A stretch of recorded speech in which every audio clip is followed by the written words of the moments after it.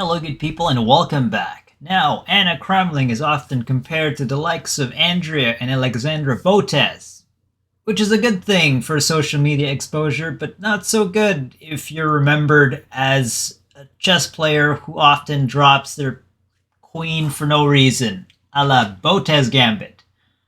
Now, in case we forget or do not know, Anna Cramling is a titled player. She is a WFM, who in my opinion can play some pretty strong chess. I'm not talking Magnus or Hikaru level or any Grandmaster, but she's pretty good. And I'm talking about classical time control. Here's an example of that game. Let's check it.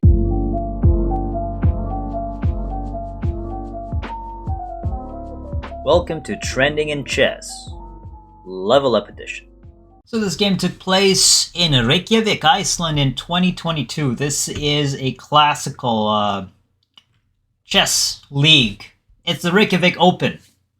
White is played by a gentleman named Michael Gallo, 1740 ELO, and Anna Cramling plays as Black, 2057. Let's get started. This game starts with d4, the queen's pawn, d5 by Anna, bishop to f4, London system, of course, c5, attacking the center immediately, very sharp, e3 developing, and also allowing the bishop to be developed.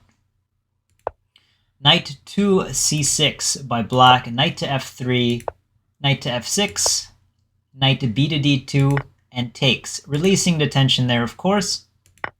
After takes, e takes, a bishop to f5, solving the problem of developing the bishop before closing in on e6.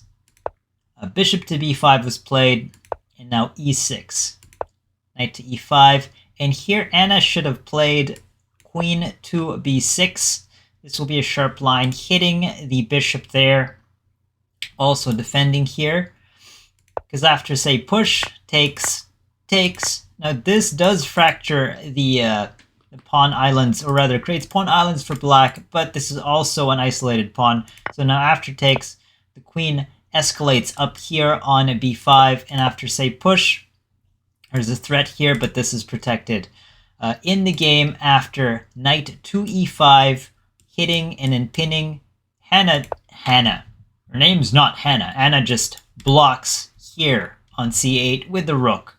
Now after takes, the problem with that move is this is slicing b8. So bishop to a6 kind of hits on that, and anywhere you go, if you go here, then you lose exchange. At which point Anna accepts her fate of losing the exchange, and after knight to f3, she hits back. She could play the more conservative bishop to d6, but I think with the mentality of I have to get back material as soon as possible and equalize, Anna just went for queen to b2.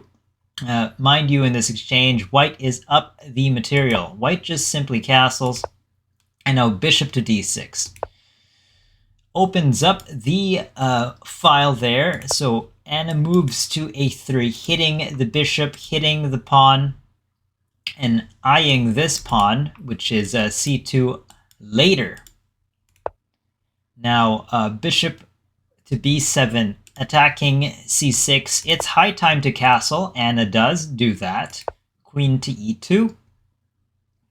And here h6, just luft ideas of preventing back rank checkmates or back rank threats. In this position, White is totally busted, or it's not a good idea to take on c6. It gives Black so much tempo. Mind you, this is attacked, this is attacked. So say after that move, rook to c8 just allows rook to c4 or takes there.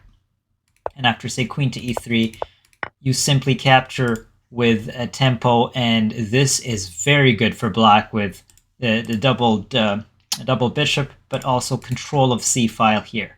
That's not what happened in the game. After h6, the opponent played queen to a6. What you want to do in these positions is to reduce, if you're up material, is to reduce the amount of material. More material for you, less for your opponent.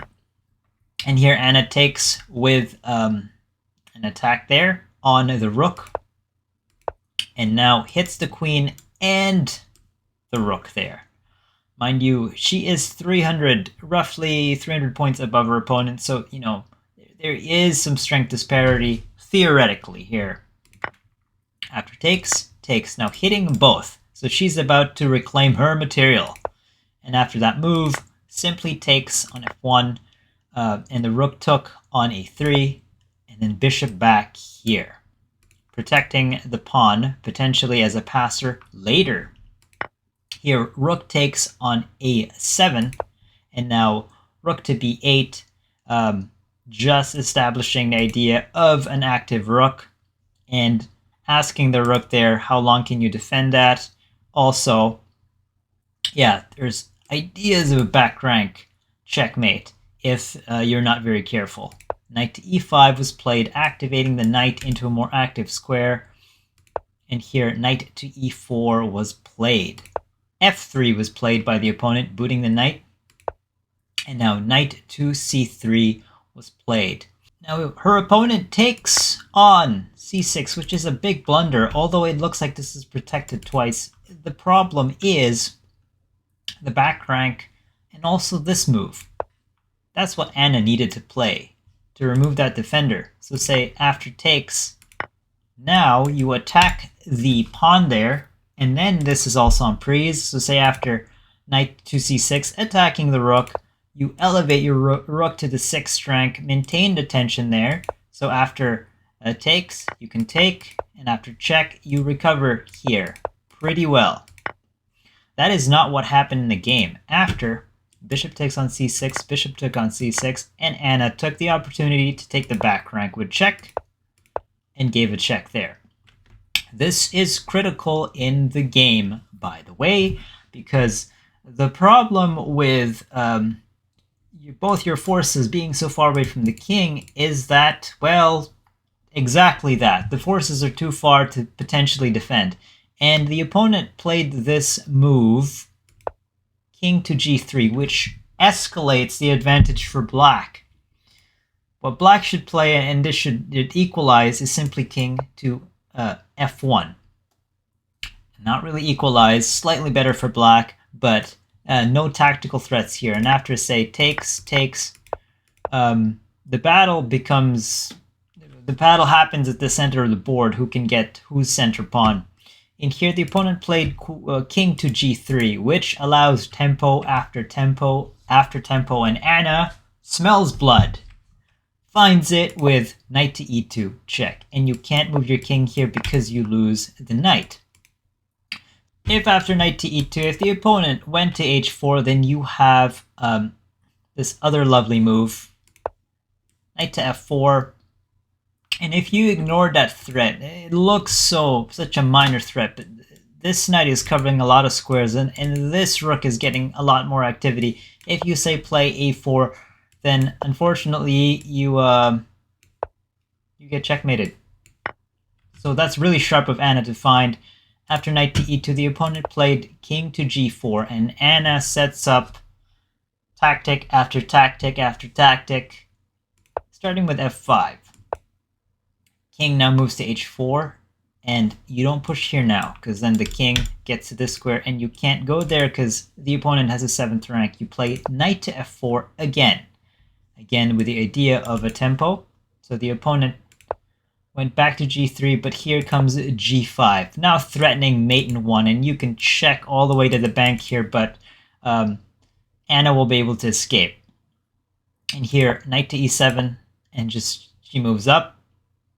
Now this is a liability, because if you move this anywhere, black just captures. Knight to g6, preventing mate, takes, h3, but then Anna redoubles the effort there. And the opponent's down a whole knight. This is actually game over. After that move, Anna just took on g2, and that is a checkmate. So, how good is Anna at chess? She's not bad. She's actually pretty good. That's some solid play. Apart from some mistakes in the opening, she can definitely play pretty strong chess. Hope you guys enjoyed that. I'll see you guys later. Peace.